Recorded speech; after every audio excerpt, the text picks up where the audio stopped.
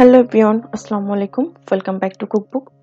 আজকে কুকবুকের নতুন একটা এপিসোডে আমি আপনাদেরকে চিকেন ফিঙ্গার বা চিকেন স্ট্রিপ করে দেখাবো। এই রেসিপিটার জন্য আমাদের সলিড মাংস লাগবে, সেজন্য আমি এখানে মুরগির বুকের মাংস নিয়ে নিয়েছি। এখন মাংসটাকে মিট হ্যামার বা মাংসটাকে পেটানো যায় এমন কোনো বস্তু দিয়ে একটু থেতলে নেব। খুব বেশি জোরে জোরে পিটিয়ে থেতলানোর কোনো প্রয়োজন নাই। এটা জাস্ট মাংসটা ভেতরে একটু নরম হবে, বাট একদম ছড়িয়ে যাবে না। এখন আমি এটাকে পাতলা পাতলা করে লম্বা লম্বা স্ট্রিপের মতো করে কেটে নেব। যেহেতু এটা চিকেন ফিঙ্গার বা চিকেন স্ট্রিপ, তাই এটা লম্বা লম্বি করে কাটলেই দেখতে ভালো লাগে। আপনি চাইলে অন্য যে কোনো শেপে এটাকে কেটে নিতে পারেন। দেখতেই পাচ্ছেন আমি একটু চিকনা চিকনা করে কাটার চেষ্টা করছি। আপনি চাইলে আরেকটু মোটা করে কাটতে পারেন। এখানে 400 গ্রামের মতো চিকেন আছে। কেটে নেওয়া মাংসগুলোকে আমি একটা বোলে নিয়ে নিয়েছি। এখন আমি এর মধ্যে 1 টেবিল চামচের মতো লাইট সয়া সস দিয়ে দিচ্ছি। আর দিয়ে দিচ্ছি 2 টেবিল চামচ টমেটো কেচাপ। আর ব্যবহার করছি 1 চা চামচ চিলি পাউডার। চিলি পাউডারের পরিবর্তে পাপরিকাও ব্যবহার করা যাবে।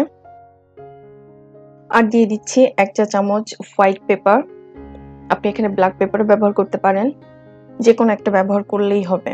আর ব্যবহার করছি 1 চা চামচ অরিগানো, স্বাদমতো লবণ, 1 চা চামচ আদা রসুন বাটা। আর ব্যবহার করছি 1/3 কাপ বাটারমিল্ক। এই বাটারমিল্কটা আমার ঘরে তৈরি। এটার রেসিপির লিংক আপনার ডেসক্রিপশন বক্সে পেয়ে যাবেন। আর ব্যবহার করছি একটা মাঝারি সাইজের ডিম। এখন আমি চিকেনটাকে ম্যারিনেট করে কমপক্ষে 1 ঘন্টার জন্য রেস্টে রাখবো। আপনার হাতে যদি সময় কম থাকে সেক্ষেত্রে আপনি 30 মিনিটের জন্য রেস্টে রাখতে পারেন। আর যদি আপনি পরদিন ফ্রাই করতে চান তাহলে র‍্যাপ করে ফ্রিজে সংরক্ষণ করতে পারেন। এতে করে মাংসটা ফ্রেশ থাকবে। মাংসটাকে একটা সাইড করে রেখে আমি কোটিংটা তৈরি করার জন্য চলে এসেছি। কোটিং এর জন্য আমি এখানে 1 কাপ ময়দা নিয়ে নিয়েছি। সেই সাথে 1 চা চামচ পাপরিকা পাউডার দিয়ে দিচ্ছি। আর দিয়ে দিচ্ছি 1 চা চামচ গোলমরিচের গুঁড়া এবং স্বাদমতো লবণ। এখন এগুলাকে খুব ভালো করে মিক্স করে নিচ্ছি। ব্যাস, এখন একটা সাইডে রেখে দিব। এবারে সেই ম্যারিনেট করে রাখা মাংস থেকে এক একটা করে সিঙ্গেল টুকরো নিয়ে ময়দার ভেতরে দিতে হবে। তারপর হাত ব্যবহার করে খুব ভালো করে এই ময়দার ভেতরে মাংসটাকে কোট করে নিতে হবে। খুব বেশি জোরে জোরে বা দ্রুত করার প্রয়োজন নেই। আলতো করে আস্তে আস্তে এই ময়দার ভেতর চেপে চেপে ভালো করে কোট করে নিতে হবে। ময়দার ভেতর মাংসটাকে আলতো করে এমনভাবে ঘোরাতে হবে যাতে খুব ভালো করে মাংসের গায়ে ময়দা দিয়ে কোট হয়।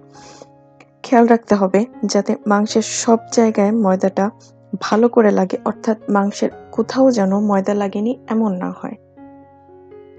ময়দা দিয়ে মাংসটাকে কোট করা হয়ে গেলে মাংসটাকে ভালো করে একটু ঝেড়ে নিতে হবে। এতে করে মাংসের গায়ে আলগা যে ময়দাটা সেটা ঝরে যাবে।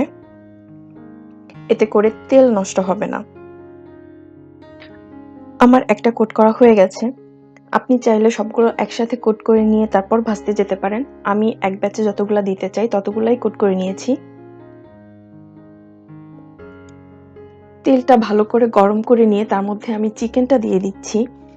খেয়াল করবেন তেলটা যেন খুব ভালোভাবে গরম হয়, না হলে আপনি যখন হালকা গরম তেলে চিকেনটা দিবেন তখন ময়দার প্রলেপটা তেলের মধ্যে ছাড়তে শুরু করবে। খুব আলতো করে চিকেনটাকে উল্টে পাল্টে ভেজে নিতে হবে। যেহেতু চিকেনের টুকরোগুলোকে আমরা আগে থেকেই ম্যারিনেট করে রেখেছিলাম, তাই চিকেনটা খুব দ্রুতই কুক হয়ে যাবে। আর বাটারমিল্ক দিয়ে ম্যারিনেট করার কারণে চিকেনের ভেতরটা ড্রাই হবে না, আর খেতেও মজা লাগবে। খুব ঝটপট এটা বানিয়ে নেওয়া যায়।